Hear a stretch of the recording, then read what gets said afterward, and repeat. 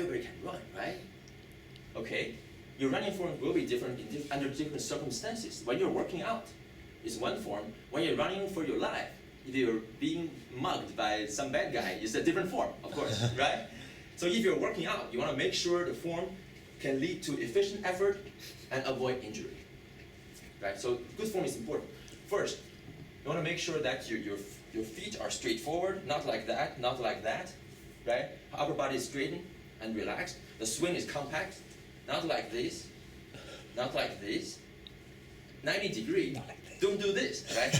Many girls do this, right? It's not, it doesn't help much unless you want to pass some guy and hit him, right? Other than that, it doesn't help, right? Do not cross the body center and just do not do this. Just do this, right? And try to focus on the elbow. It's not the fist. It's not the finger.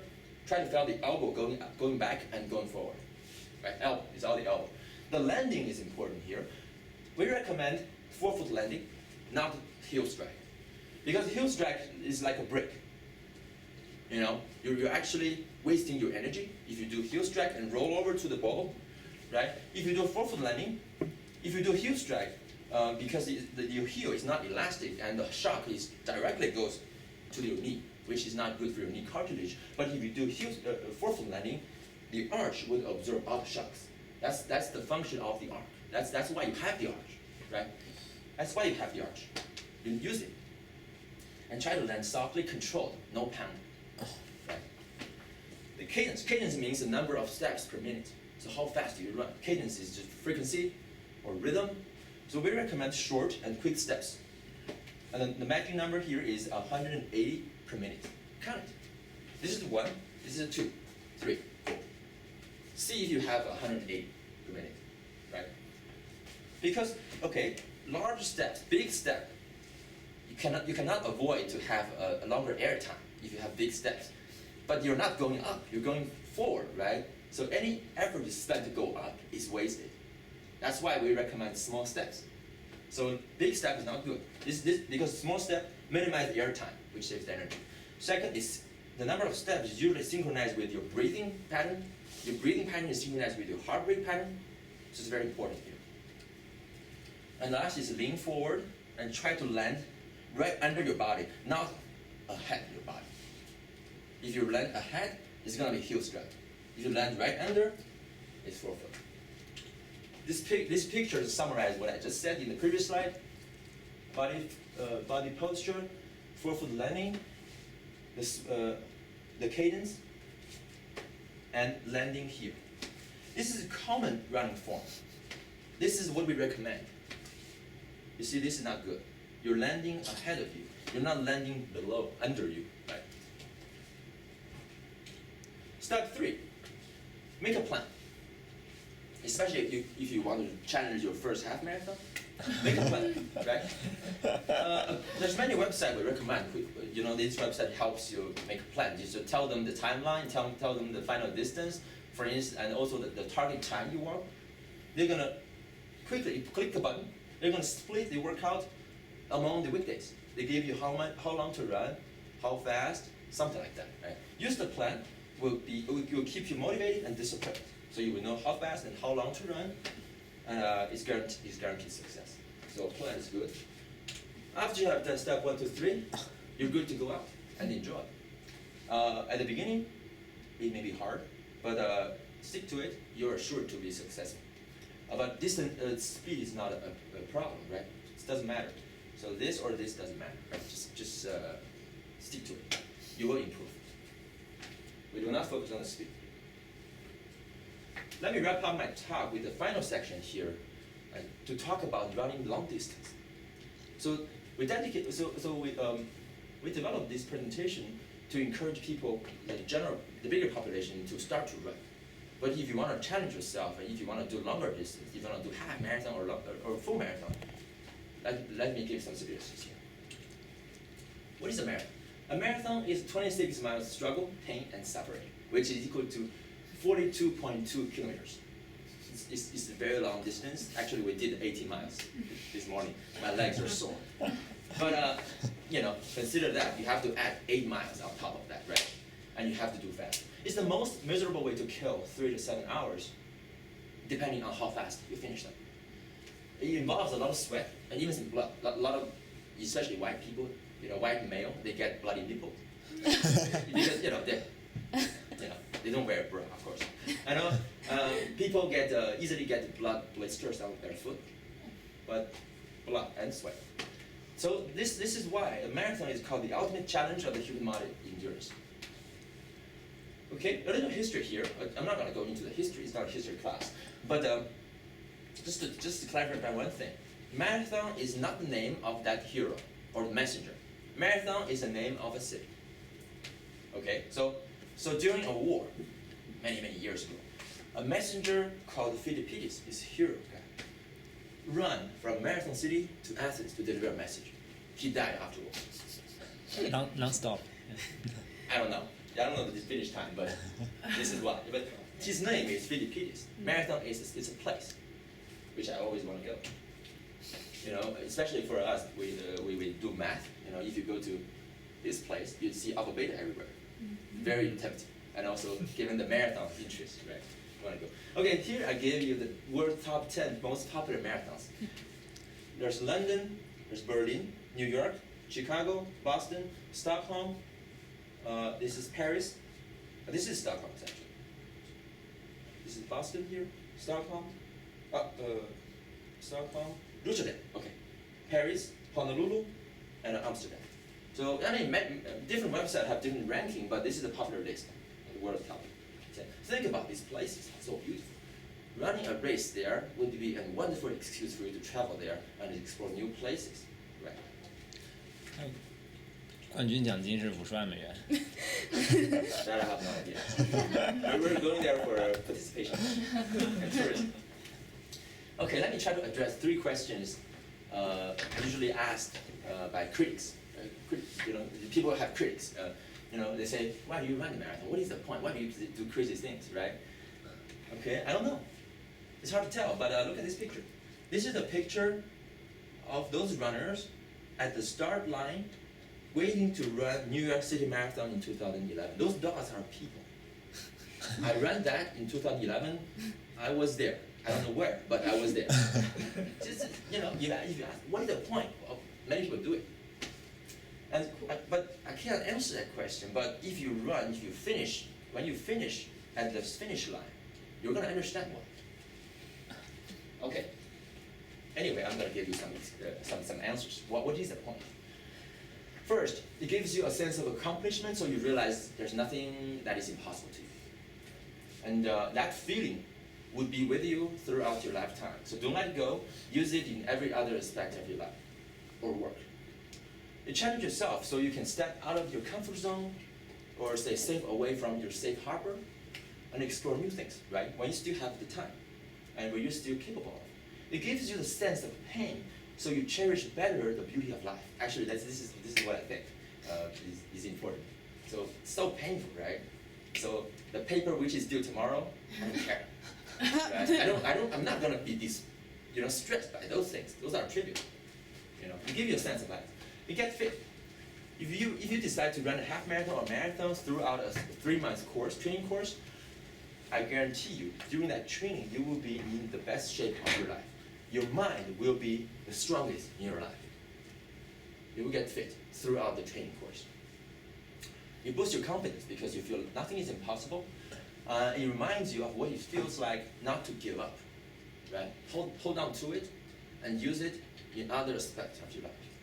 And that medal you get after finish the marathon at the finish line, that medal you get, you put it on the wall, it reminds you how badass you were. And you'll always be. So make new friends, right? You drop the group and run together. You meet some people who are the strongest and inspirational people. Very nice people. These people. You will have the hunger to do better, either in your next race or in other respects of your life. And what you do will inspire other people to try what they think could be too tough to finish or like impossible. So you can inspire other people. So I can give you some answers here. What's the point?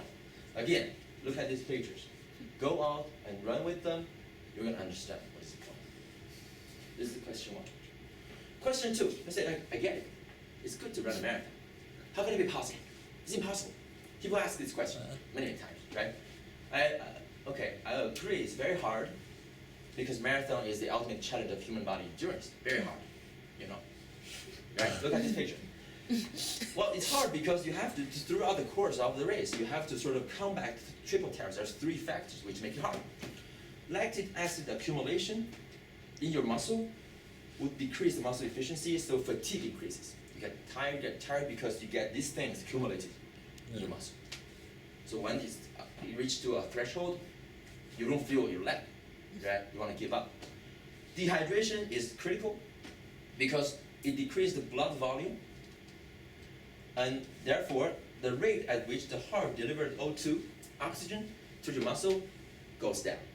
You know, you need the heart to pound, to transport those oxygens through the red blood cells and give it to all of your body and provide them to your muscles, leg muscles especially, so you can burn the oxygen and provide that speed, right?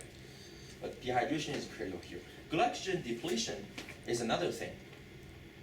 If you have little glycogen, lower blood sugar, fatigue increase, energy goes down.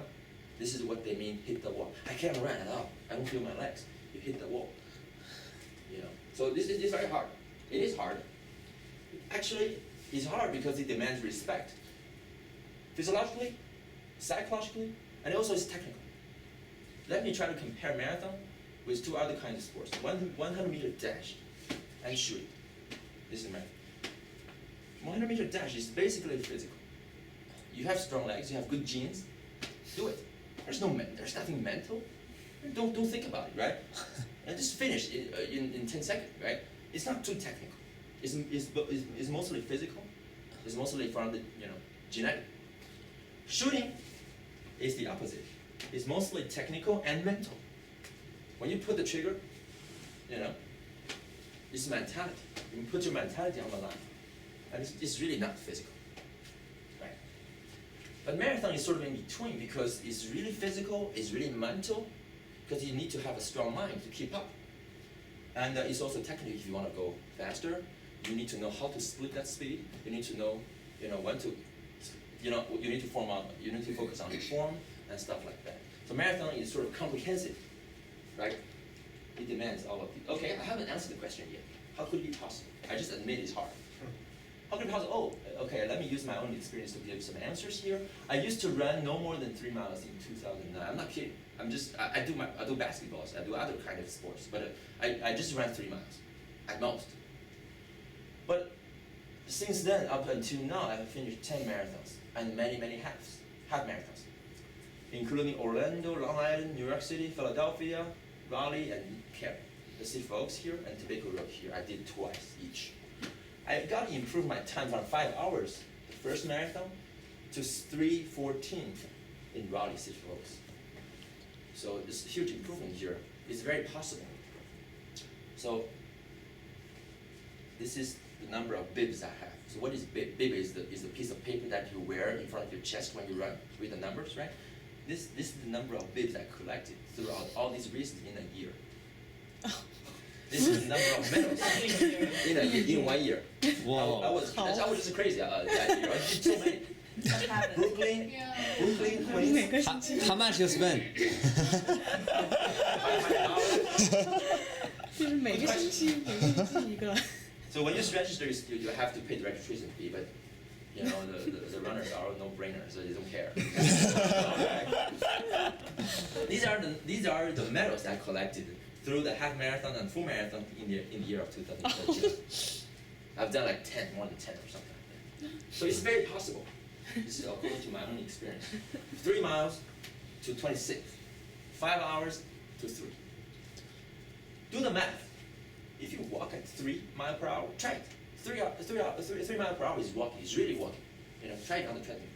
You finish in 9 hours. Don't say 9 hours is a big number. I know every girl can continue shopping for a day. There's no excuse not to be able to walk 9 hours. Okay. If you walk faster, 4 miles per hour, still walking, not running. Running is at least 5. You finish in 6 hours and 30 minutes. It's very possible, right? Do the math. It sounds like impossible, but it's not. It's really not. I've known many marathoners around myself, including these people here, and also some people in the audience. So it's very possible. Okay, question 3 again. Running a marathon is good, it's possible, but running a marathon must harm your body. So I won't do it, okay?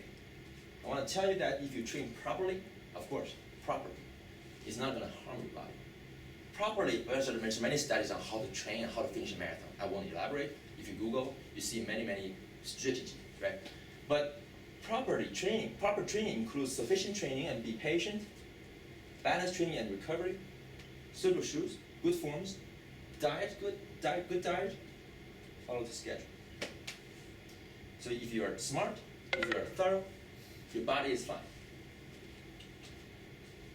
Let me wrap up my slides, my presentation with words from Mark Twain. So Mark Twain once said, if you don't try new things, if you don't explore new angles of your life, if you don't step away from your safe harbor, step out of your comfort zone, you're going to regret not to do this in 20 years. So do it, try it when you're still young and still capable of it. I give you some references on running, some books, and also local running club. This is our website. So this is our website, which will be discussed shortly. And there's a web page here.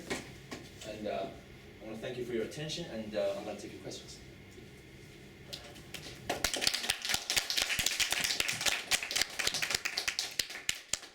Questions? Will you recommend start